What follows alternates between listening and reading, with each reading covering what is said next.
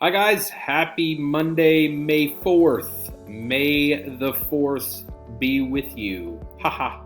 It's been a while since I've taped a video for you, so I thought I would let you see this mug again. You haven't seen me for seems like about a week, I think. Thank you for filling out the request for a Zoom. I had a lot of really good feedback. I had about 98 people that responded. Out of those 98 people that responded, I had over half of you said that you wanted to start doing a Zoom. Even though talking to the other teachers, there's not a whole lot of participation in those Zoom meetings. But I'm going to set some up this week, probably for homeroom and fourth period would be the first time. Maybe on Tuesday, and then maybe on Thursday, or maybe Tuesday, a little later Tuesday or Wednesday, we'll do fifth and eighth period and see what we get. So you don't have to join. It'll just be we can just kind of sit and chat. We can talk about, World War I or whatever you'd like to talk about. It's totally up to you. But again, no pressure. But some of the responses were quite good.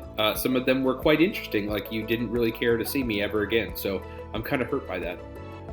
No, it is what it is. So I wanted to have not done this day in history with you guys for a little while. So today, March 4th, again, May the 4th be with you.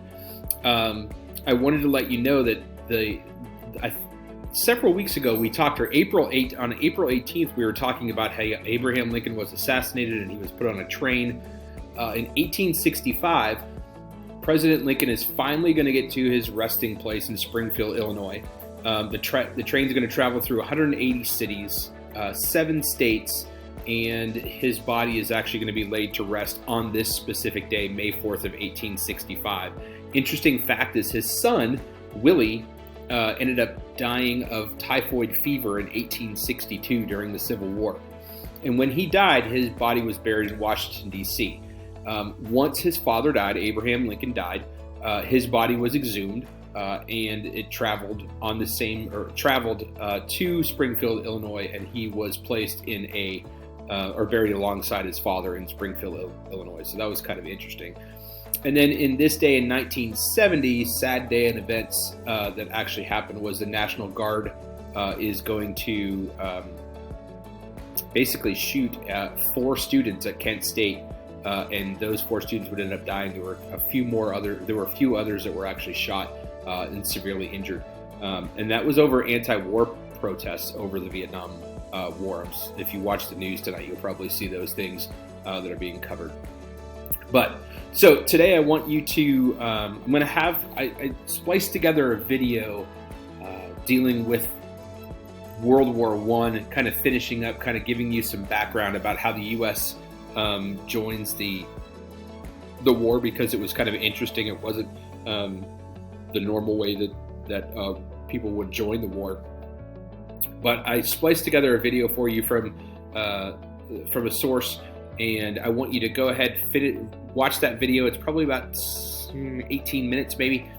And at the end of that 18 minutes, you should have your notes filled in that I gave you last week. So those notes that you were working on it said MAIN, the Maine, and we talked about militarism and all that stuff on my last video. You should be able to finish that if you actually do watch that video. If you've already finished it, I would still like you to watch the video, or just plug in your AirPods or whatever and just kind of listen to it and see. Just listen to the teacher kind of walk you through that. There's 2 other videos I'd like you to watch. One it's called The Christmas Truce, and that's kind of an interesting little video. And I'm not going to spoil it for you, so I'll let you watch it. But then the third video, really, would be something called The Harlem Hellfighters.